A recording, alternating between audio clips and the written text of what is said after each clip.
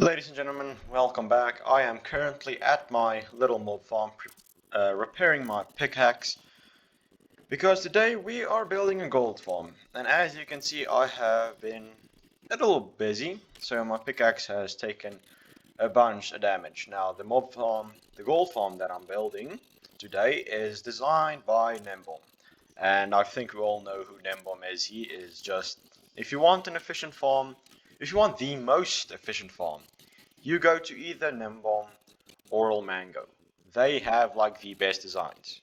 So I'm following his design, but I'm following a tutorial made by Shulkercraft. I will leave links to all of these in the description, but I need a bunch, and I mean a bunch of materials. I'll put a screenshot on the screen for you, just so you can see how much I need. So I have almost enough magma blocks right behind me in those shulker boxes. I need honey, melons. It's just a bunch of stuff. So we really got a bunch of stuff to do, and we're really gonna be busy in today's episode. And you might be asking, but why do I want to build the gold farm? Okay, now the first thought might be bartering, and that would actually be correct.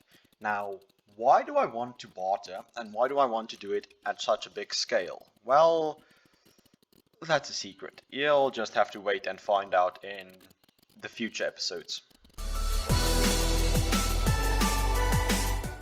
Right, there we go. My pickaxe, all of my tools have now been fully repaired. So I'm gonna go ahead and fill up this last shulker box that I need. That is all of the magma I'm gonna need. I'm not gonna need the full 3 shulker boxes. I'm gonna need 2 shulker boxes and 1/3, so 2 1/3 of shulker boxes, but I just got a little bit more. Now what I found to be the most effective way of mining, say, magma, is not to fly around looking for little patches on the surface like these. The best way is to go into one of like those land masses, go right above the level of water, and then just mine in a straight line like you would if you were strip mining in the overworld, and then you tend to get a lot of magma. 1,300 glass. That is going to be a lot. And there we are. We now have one shulker box full of sand, and now we have one shulker box full of light grey stained glass. So the next item we're going to need to get is 3 stacks of grindstones. Surprisingly, that wasn't actually as time consuming as I thought, because I already had all of the resources I'm going to need. So there we go. 3 stacks of grindstones. Now, what do we need next? And another stack. 2 stacks of chests. Next on the list is string. I can get that. And there we go, 2 stacks of strings. Again, I don't need that much, but I'm just taking it because I have it. And then redstone. I have a bunch of that as well. Melons, that I don't have melons.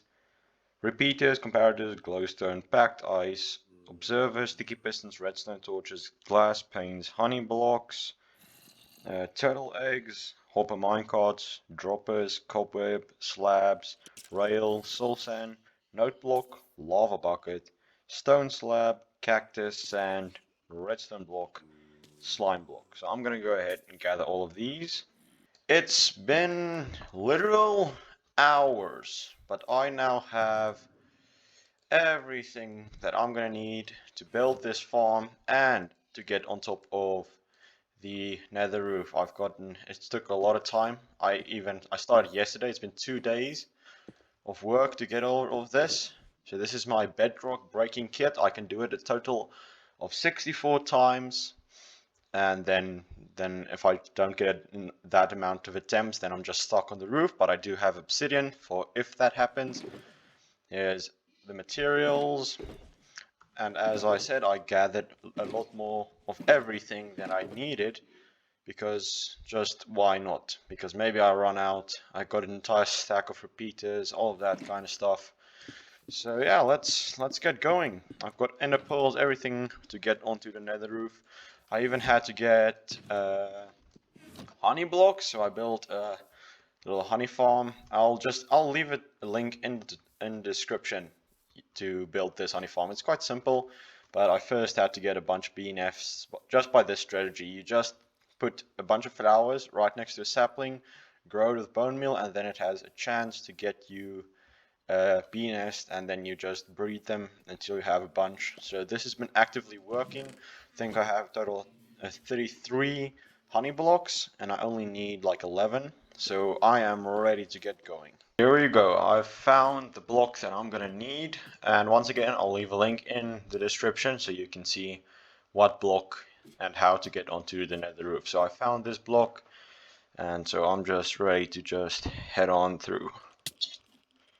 There we go, right above the nether. So this is the block that is the block that I need to break with the bedrock breaking technique. I've also marked out the location for where I want to build the gold farm, because this gold farm you only build it above a nether waste biome with a big lava pit to get it as efficient as possible. So yeah, let's get going. Okay, so funnily enough, I got this on the first attempt. It's actually kind of funny because you have to reset all of your controls, one of your controls, if you don't use an auto clicker to get this. So it's a bit uncomfortable, and I did screw up, but I actually got it on the first attempt, so there we go. That is a hole through the bedrock. And I also have a screenshot of its coordinates.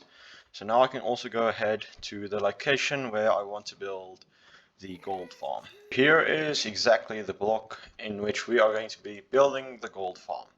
Now, usually while I build farms, I explain what I'm doing, but I'm not going to explain everything about this farm because I have absolutely no idea what's going on. There are minecarts, and there are like, you literally need watermelons.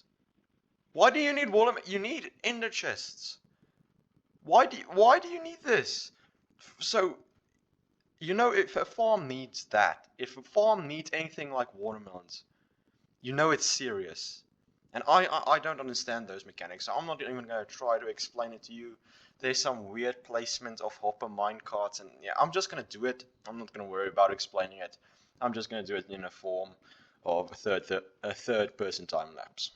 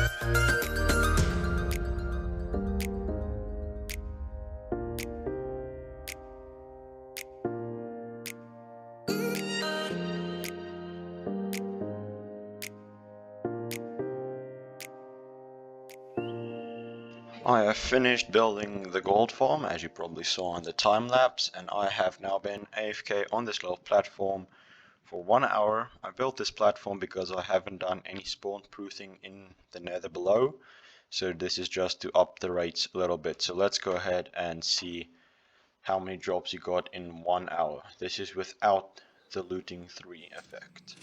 As you can see, I already have 53 blocks. That is from previous gold. And as you can see, this is a gold generator. Now keep in mind that this was 1 hour and it was without looting 3, without a sword, and it wasn't even at max efficiency because I haven't done any spawn proofing. But it is very good nonetheless. So this is now the manual kill mode, what I usually do for this. Just stand here, go ahead, fly up, wait up here for probably half a minute. You should probably be able to see them falling through, I think.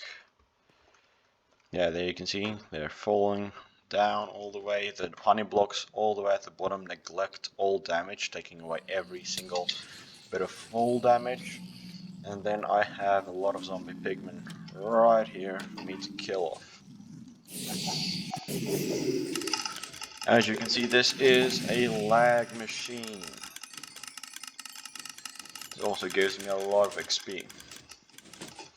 So now I should be getting a few golden ingots as well, and not just golden nuggets. Let's go ahead and check. It doesn't seem like I did, but I also have a lot of rotten flesh. I didn't throw any of this away before I started AFKing, so this is probably about 2.5 hours worth of rotten flesh. I only keep this row because I don't know really sure what I'm going to need it, but I might just need it in the future. So if I do, I have a little bit of a supply. Although that is going to be it for this video. This gold farm took a lot of time to build. So thank you very much for watching. I really hope you enjoyed it, and I'll see you in the next video.